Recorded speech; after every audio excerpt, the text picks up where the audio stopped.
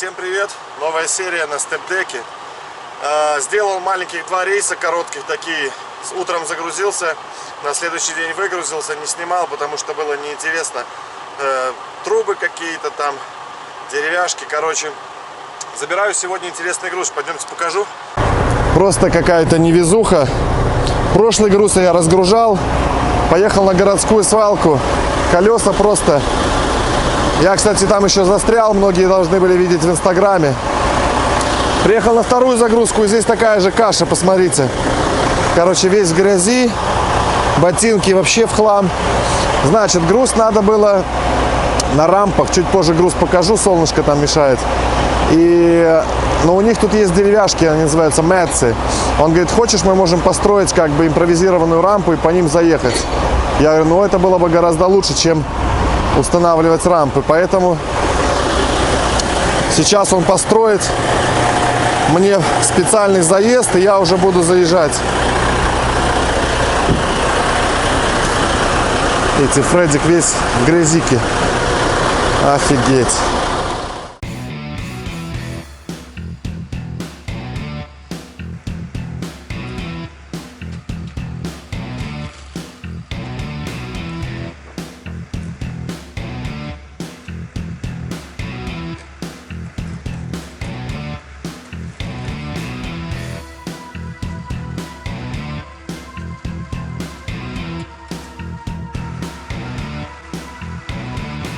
Заехал на весы, вот сейчас хочу посмотреть, сколько у нас вес. Значит, все электронно делается. Сейчас посмотрим, пока оно тут думает. Так, ну, отлично. 11 800 спереди, 27 160 на траке, 33 на прицеп. Я еще раздвинул оси, поэтому все отлично. Даже можно было чуть-чуть его вперед пододвинуть. Ребят, к сожалению, пока что не показал вам, как закрепил груз, как он выглядит, но чуть-чуть позже обойдем. Сегодня постараюсь, либо завтра уже днем, потому что сейчас день, ну, просто очень короткий. Сейчас приблизительно 2 часа начала 3-го дня, и ехать мне буквально 2 часа осталось. То есть каждые 10-15 минут играет большую роль. Даже остановиться, походить вокруг трака, попоказывать, это большого мне стоит, потому что завтра этот груз надо уже доставить в штат Висконсин из Небраски. Ехать мне 560 миль, и постараюсь я быть там завтра до обеда, потому что завтра мне еще нужно новый груз забрать. Короче, все время в попыхах. Как я и говорил, видите, днем еду, остановиться некогда. Короче, вот ночь наступила, я остановился. Хорошо, что под фонарями вот есть возможность вам груз показать. Надеюсь, камера заснимет. Такое еще место удачное, видите? На заезде, я имею в виду, что у меня с этой стороны выпирает, и мне очень было легко припарковаться. Я сюда раз и задом просто аккуратненько заехал. И все, сбоку уже никто не встанет. Короче, вот такой вот катерпиллер. Уж простите меня, не знаю как. Это не дозер, потому что, ну, полудозер, полу-что, непонятно. Там вот эти тросы. Поля, наверное, там как-то. Значит, 6 цепей поставил, значит, вот сюда за гусеницы, с одной стороны, с другой. Одна цепь такая общая, вперед-назад там тянет. Выглядит, конечно, он космический такой, вообще непонятный. И прицеп, ребята, я вам скажу, смотрите, как у меня жопу подняло, видите? Я сейчас сзади стану, вам будет общая картина, конечно, ясна. Посмотрите, как прицеп подпрогнулся немного. Аж жопу задрало, офигеть, такой первый раз у меня. Но фишка в чем? Потому что он весит 40 тысяч, то есть это приблизительно 20 тонн, чуть-чуть меньше, где-то 18 тонн. И он на очень маленькое расстояние занимает, всего лишь 12 фитов, то есть концентрация груза прямо вот она, вот она. Вот, конечно, надо было бы его чуть-чуть вперед подогнать, может быть, было бы лучше. Ой, Фредик мой, бедняга, замученный, колеса грязные все, ботинки грязные, ступеньки грязные, посмотрите. Вот так вот я сегодня работал, и это все дело хрен отбивается даже, оно как глина, как замерзает, и все. Вот, тоже, как это теперь отмыть, я не знаю. Вот, ну а себя отмывать пойду в душ. Кто-то сказал, что ты слишком часто в душ ходишь. Ну правильно. Хорошо поработал, надо пойти помыться. Все, помылись. Сейчас самое время собоечку разогреть. Значит, у нас тут рис и шашлык еще из дома остался. Поставим на 3 минутки, я думаю. На 3:30 поставим. На обратном пути вот такое веселье, ребята. Хрюши везутся. Только что так визжали они здесь. Ну-ка, голос, ребята. Что-то там хрюкают. Ох, и вонючки они. Рядом проходишь, запах стоит, капец. Ладно, пойдем отдыхать, кушать и спать. Завтра тяжелый день. Штат Висконсин, друзья, это американская столица молока и сыра. Действительно, здесь, видите, какие поля. Немножко снега уже лежит. Где-то недельки-две назад здесь прохладно достаточно было.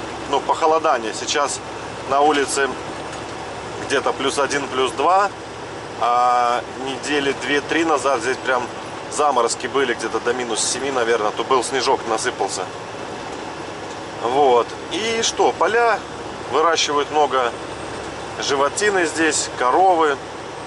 И здесь очень вкусный сыр делают в штате Висконсин. Вот. Мне осталось ехать 6,5 миль, это 10 километров плюс-минус. Будем выгружаться, получается, вот этот вот, будем называть его бульдозер, только без отвала. Вот, он идет с одной компании на ту же самую, то есть у них огромная здесь площадка, ярд. Там просто с гугла смотришь, она просто огроменных размеров, там у них техники просто мама не горюй. Я так понимаю, что у них филиалов по всей Америке, и они просто, видимо, на сезон отправляли ее в Небраску для какой-то работы. Ну а сейчас, когда пришло время, зима, возвращают обратно технику на ярд. Вот, и она уже тут будет, скорее всего, зимовать у них. А так Висконсин, кроме сыра и молока, больше, по-моему, особо и ничем не славится. Что у нас получается? На юге штата у нас город Милуоки. Наверное, там делают, может быть, даже вот эти вот инструменты Милуоки. Еще такой городок есть Ошкош, где военные траки делают Ошкош. Вот. А так, село селом, короче, штат такой огромный, и одни поля, да, больше ничего нету.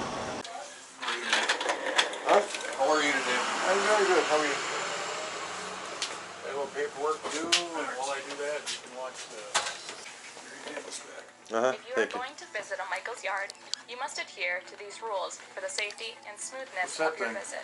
It's my little camera. All visitors must sign in at the gate. Окей. Короче, выдали вот такую штуку, визитор. Сказали, засунь сюда. Потом заставили прослушать, значит, safety видео, типа как я должен себя вести. На этом ярде надо одеть зеленую жилетку, каску, очки и ботинки с железными носами. И, говорит, снимать, фотографировать нельзя, поэтому я уж тут, не знаю, как-нибудь из-под тяжка, может быть, сниму. Ну а сейчас направляюсь к доку, будем выгружаться. Ярд действительно очень большой, здесь столько всякой техники, просто капец. Это какие-то генераторы стоят, там бобкеты, экскаваторы и так далее. Короче, вот это доки, сейчас я сюда припаркуюсь. Огромная территория, просто огромная. Ну вот, походу, маленькая попадала на время, короче, я приехал, припарковался, он говорит, снимай цепи, мы тебя разгрузим. Только, говорит, после ланча, после обеда. Я говорю, пожалуйста, говорю, у меня другой груз, говорю, мне там минута в минуту время. Мне ехать до пикапа 3 часа, сейчас 12. А до 3 я должен запикапиться, поэтому у меня сейчас каждая минута на счету. Я говорю, тут же снять-то 2 минуты. Ну сейчас, ну короче, походу 12:30. Вот я сижу возле дока, припаркованный, цепи снял, все сделал. Его снять 1,5 минуты занимает времени. Я говорю, давай я сам разгружу. Он говорит, нет, не положено. Видите, вот многие спрашивают, типа, а что ты сам грузишь, что ты сам разгружаешь. Я бы с радостью, видите, как когда сам, оно гораздо все быстрее. Снял и поехал. Но тут у них, видите, свои строгие правила, и по-другому никак нельзя. Самому снять не разрешают, а они не могут, потому что у них обед. Короче, приходится сидеть. Не знаю, буду молиться сейчас, чтобы хоть кто-нибудь посочувствовал мне и разгрузил меня.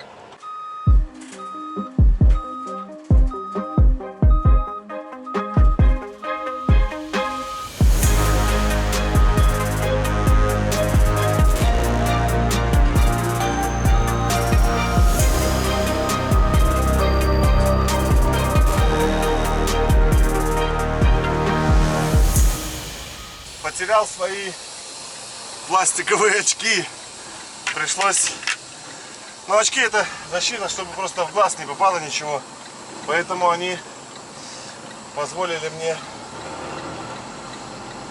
воспользоваться обычными солнцезащитными. Короче, мужик, который меня встретил, сюда проводил,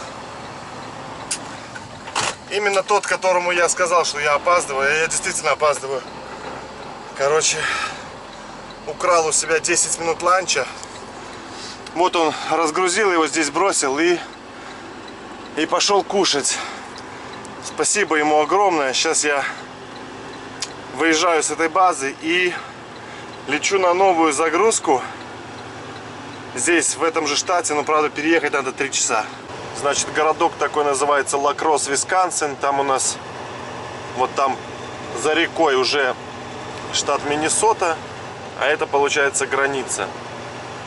Просто хотел показать, какое красивое небо. Видите, солнышко пробивается там сквозь облака, и такой вот красота вот такая создается. Вот.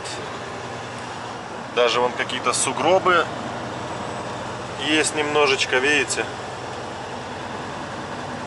Значит, снежок был здесь. Достаточно так прилично разгребали в сугробы.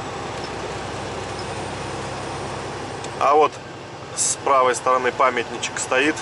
Написано Лакросс. Лакросс welcomes you.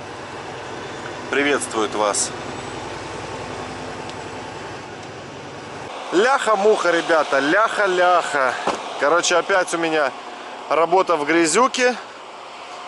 Вот, видите, я вам что говорю, что холодно на улице. Вон лед плавает. Значит, сейчас пойду покажу. Блин, ну что ж такое? Конечно, можно было бы там подгрузиться, но он говорит, чтобы ему удобнее было. Вот это мой груз. Видите, конструкция металлическая. Она для чего-то изготовлена, будет собираться просто. Что вот это одна штука, и вон там то, что лежит на белой, желтое, вот это металлическое, это все мое. Вот тут маленький палет. И сзади вон еще какая-то табуретка белая. Вот это и вот это. Он молодец, у него сверху на вилах получается такая магнитная резиновая насадка. То есть он пошел их положил, чтобы краску не сдирать, видите?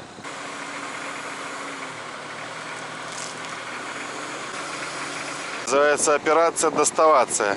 2 форклифтами приподняли, потому что один не может подсунуть лапки. И сейчас будут поднимать. Эту херобору я закрепил уже. Ждем оставшуюся часть груза. Вот эту вот большую штуку. Ну вот и все. Ночь настала. Я думал, еще успею засветло смыться. Нифига, ребята. Так, значит, как я говорил, флажки я не снимал. Передние, видите, все у меня здесь есть. Так, дальше пошли. Ширина груза 10 фитов. Мы сейчас Висконсин, потом Миннесота, потом Айова. Сверху моргает, значит, по бокам. Я объясняю, это ночной режим, то есть днем это не обязательно делать. Значит, разрешает нам Висконсин и Миннесота ехать ночью, но обязательно с огнями. Значит, там по бокам висят моргающие, оранжевые. Здесь я поставил красное, но я уже вам показывал. Это как просто обозначение, где заканчивается груз. Видите, чтобы проезжающие видели. Дальше. Поставил 2 желтые моргалки сзади на железный бампер. Еще одна оранжевая моргалка вон там слева стоит. Вот она. Ну и на крыше все. Теперь можно ехать. Груз закреплен. Мне еще часа 2 можно проехать будет. Вот, я хочу до Тракстапа доехать, потому что здесь ночевать негде. И уже завтра встретимся, как говорится, средь бела дня. У меня сегодня не утро, а подготовка к войне, я вам честно, серьезно говорю. Значит, это штат Миннесота. Холодрыга, блин, капитально. Значит, что я сделал? Выспался сегодня, наконец-то, в первую очередь. Потом уже давным-давно ко мне подошла замена масла. Так и просится. Вот. А времени постоянно никогда нету. А вечером, если заезжаешь на заправку, на сервис, видите, вон впереди эти шапы, то там такая очередь, что надо стоять всю ночь, и только под утро, может быть, тебе поменяют. Может быть. Я вчера заехал, смотрю, у них тут куча, видите, этих окошек. Механиков тоже должно быть в порядке. Я думаю, ладно, завтра высплюсь, все на работу поедут. А я с утра раз и поменяю. Так и получилось. Никого не было. Мне поменяли, я пошел, пока умылся, позавтракал. Пришел, они уже почти все сделали. И думал уже выезжать. Но вот тут опять беда, короче. Помните эти воздушные шланги, то, что я вам говорил? Значит, таки пришел ему гомон. Блин, у меня завтра должен был быть выходной. Я хотел все это дело, как говорится, поменять завтра. Но, к сожалению, воздушные шланги говорят, что нужно сегодня. Так что я сейчас перекидываю шланги на морозе и продолжаю путь в Колорадо. Значит, смотрите, синий провод. Смотрите, сгибаю, все. Вот так вот они ломаются на морозе, как пластмасса. Вот этот красный я уже поменял, то есть стоял новый, уже новый даже треснул. А это старый, который был, вот он мне пригодился. Ну, сейчас, короче, буду ставить новые провода, по-быстренькому цепляться и сваливать отсюда. Получилась такая вот картина, значит, сюда поставил, видите, провода. Потом использовал, сейчас вам покажу, вот такую вот от кабеля, видите, такая защита. Просунул вот сюда, решил не просовывать тут, потому что оно здесь переламывается. Так, поставил, значит, новую вот эту держалку. Здесь поставил тоже новую вот эту. А здесь, правда, старая пока стоит. Ну ладно. Хотел поменять еще вот здесь на вот эту. Но, короче говоря, она здесь так закорела, что пока лучше так оставить, потому что сломать можно.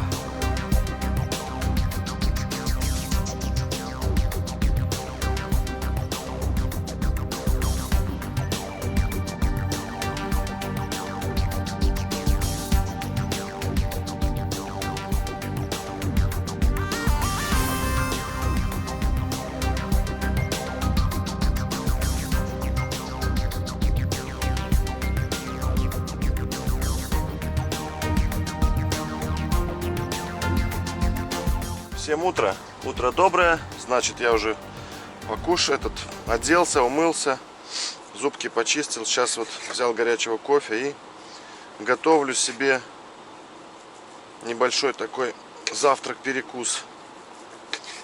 Черный бородинский хлеб. Видите? На него сыр. Вот такой сыр президент. Хороший, очень вкусный. Вот и колбаска.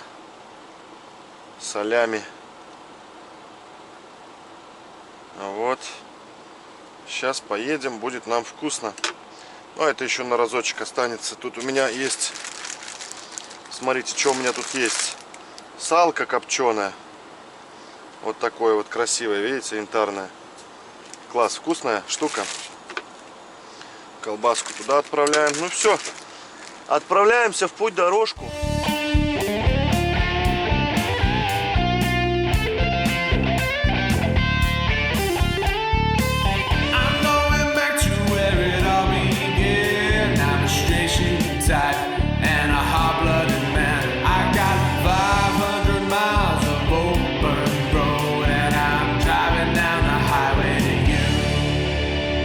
Так, что тут у нас? Смотрите, с правой стороны коровники стоят по всей дороге. Это у нас штат Колорадо, там впереди у нас горная гряда. Альпийские горы. Мне осталось 5 километров. Через 5 километров заезжаю на траковую парковочку. И там буду стоять сегодня полдня и завтрашний день, воскресенье.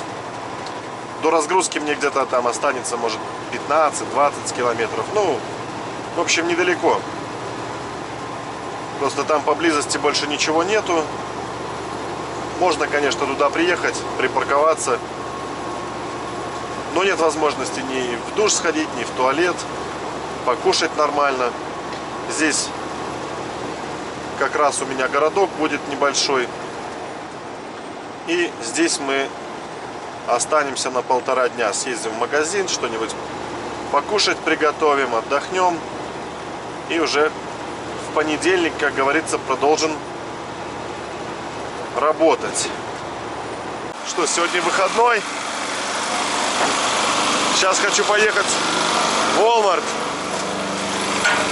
А для этого надо сбросить прицеп. Короче, сейчас мы его на лапы поставим.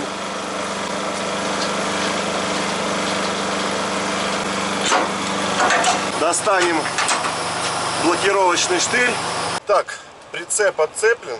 Значит, многие спрашивали, как работает логбук. У меня есть отдельное видео, но это был другой логбук, другая модель. Сейчас я вам покажу, вот как работает наш логбук, который называется Omnitrax. Надеюсь, вам не будет отсвечивать. Значит, здесь, почему написано warning, типа предупреждение. Use of this device must not divert your attention away from the road and traffic. Driving while distracted can lead to a serious accident. Keep your eyes on the road. То есть вас предупреждают, чтобы вы держали глаза на дороге. Нажимаем ОК. Значит, здесь есть сообщения, которые компания может в процессе работы отправить. Дальше, значит, здесь, если вы едете тимом, вы можете сделать, значит, выйти, зайти. Vehicle inspection, то есть каждый день перед началом работы вы должны заполнить pre-trip инспекцию, то есть техосмотр автомобиля выполнить. Дальше есть навигатор. Вот эти, которые не подсвечены, они, значит, не работают. Тут дальше вот это вот наш байпас, который мы проезжаем в Ветстейшн. Он загорается зелененьким светом. Какая-то драйвер-тренировка. Ну и здесь настройки, диагностика и так далее. Значит, часы работы. Сейчас он...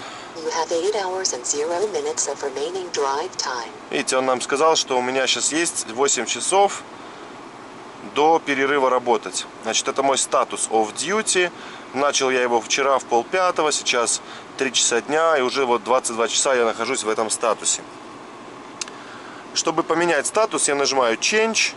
Допустим, я нахожусь либо в слипере, либо я off duty, либо on duty, и должен указать, что я заправляюсь, делаю техосмотр, загружаюсь, разгружаюсь, меняю прицеп, там roadside inspection и так далее, краш, то есть авария или что-то, ну, в общем, всякие разные настройки. Пока что переходить не будем. Так, summary включаем, видите? Значит, 8 часов до 30-минутной паузы. Дальше, 11 часов драйвинга, доступно 11. 14-часовой рабочий день, доступно 14. 70 часов до рестарта, доступно 16. То есть до рестарта мне осталось 16 часов. Но так как я до завтра никуда не двигаюсь, рестарт у меня будет, и завтрашний день у меня будет полная графа 70 часов. Так, время, видите, США, Канада и Северная Канада. Есть разные правила. Вот, допустим, по штатам, видите, надо 8 часов ехать без перерыва нельзя. И перерыв нужно устроить через 8 часов. Здесь надо 13 часов по всей Канаде можно ехать без перерыва. И по Северной Канаде аж 15 часов.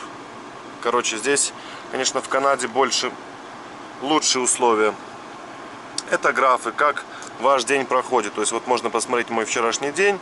Я был off duty, потом я сделал техосмотр, потом проехался, остановился на заправку, там немножко покушал, проехал дальше и вот остановился уже вечером здесь. Дальше. Тут можно посмотреть именно конкретно, что я делал. То есть вот заправка, где это случилось, в какое время и сколько времени я стоял. 8 days, это я не пользуюсь, не знаю, Certify. То есть каждый день вы должны отправлять данные. То есть вот сейчас нажмем Certify. и вся наша информация Agree отправляется туда в Landstar, то есть они уже могут посмотреть. И информация о грузе, то есть вы заполняете номер Bill of Lading ваших накладных, когда вы начали 6 числа, когда заканчиваете 9 числа, номер прицепа указываете. Все очень просто. Сейчас, чтобы поехать в Walmart, чтобы у меня не нарушился мой отдых, есть такая функция персонального вождения. Вот мы нажимаем Change и ставим Personal Convenience. Видите? То есть использование траков в собственных целях. И здесь нужно сделать пометочку, что мы едем в магазин. Drive to Walmart напишем. Вот видите, Drive to Walmart, нажимаем ОК, и сейчас статус поменяется. Раз, все, статус поменялся, я могу ехать спокойно. Это никак не повлияет на мой логбук. В день позволяется до 2 часов персонального вождения. Но вы не можете использовать это персональное вождение для того, чтобы с грузом куда-то ехать там на тракстап или на разгрузку, либо на разгрузку. Если вас поймают, то будут большие проблемы. То есть его можно использовать вот в таких целях, допустим, поехать в ремонт куда-то, либо же в магазин, либо по своим личным делам, не знаю, там массаж, бассейн, там еще чего-то. Ну, короче, использовать как машину. Вот. Ну, а сейчас я отправляюсь в Walmart за покупками. Друзья, я съездил в Walmart. Видите, сейчас делаю себе котлеты. Значит, это куриный, свиной фарш, батон с молоком и соль, перец, лук, яйца. Короче, сейчас все это замешал. Достаточно жидкий фарш такой, видите, получается. Я еще купил муку. Где-то там у меня мука лежит. Сейчас на досточку насыплю муки и буду перед жаркой их обваливать в муке и жарить на сковородке. Еще вот посмотрите, отварил гречку. Такая гречка продается в пакетах. Варишь сразу в пакете, и она получается рассыпчатая. Сварил пока 3 пакета. Еще 2 осталось, но не знаю пока. Может попозже, чтобы она не стояла сваренная, как бы сварю потом, это уже не проблема. Варил в сковородке. Жарить котлеты буду тоже в сковородке. А терочку использовал для того, чтобы лук натереть. Вот. Достаточно неудобно, конечно, снимать. Но просто хотел вам показать, что вот в выходной день сижу, не скучаю. Готовим. Места маловато для готовки. Конечно, больше, чем в европейцах, но все же. Так что мне приятного аппетита и вам, ребят, приятного аппетита. Следим за движением. Ну что, первая партия пошла. Посмотрим, что из этого получится. Сейчас перевернем. Так. Симпатичненько.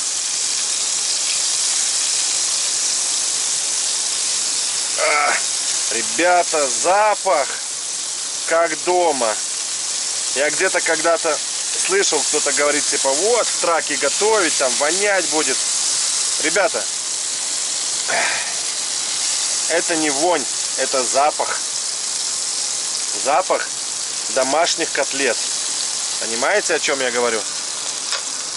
Новая партия готова. 9 котлеток. Здесь 8, что-то не просчитался. Гречка, кстати. Сейчас я вам покажу. Удивительно, но она такая рассыпчатая получается. Просто класс. Очень, очень здорово. Вот, у меня есть соленые огурчики, у меня есть свежие помидорки. Сейчас мы это все дело... Значит, что я собираюсь делать? Я сейчас их все обжарю. Тут еще будет, наверное, котлетки 4-5. И потом мы их все поставим в сковородку.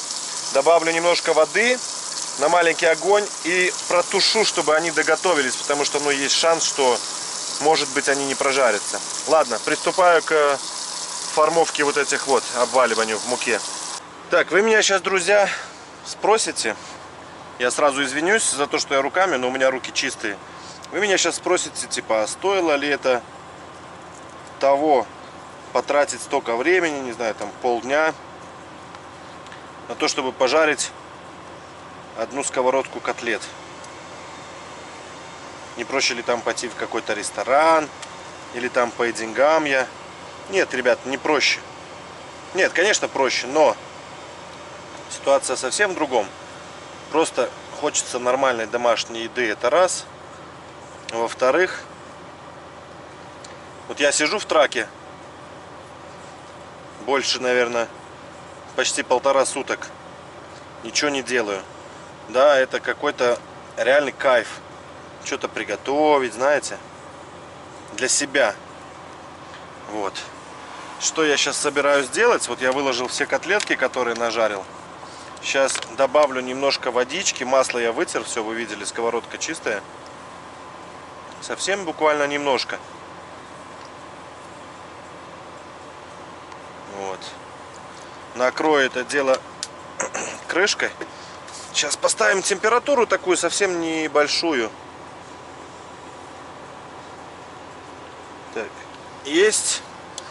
И накрываем крышкой. И оно сейчас будет просто тушиться, не знаю, минут 15 потушится, чтобы все котлетки пропарились. Вот. И я сегодня вкусно поужинаю. Завтра, послезавтра, в среду, ребята, ну, целую неделю я буду просто кайфовать. Это того стоит, я считаю. Поэтому не ленитесь, готовьте сами себе, и все будет в порядке. Имеем разгрузочку сегодня вот такую, видите, на компанию приехал. Туда заехать не могу, то меня с дороги разгружают. Интересно, они решили поднимать, конечно, не так, как грузили. Получается, нижняя часть стрелы упирается в груз и как бы рычаг. Ну, вроде тоже неплохо, оно, получается, раскачиваться не будет. Не должно, по крайней мере. Погодка вообще, да? Супер. Мороз и солнце, день прекрасный.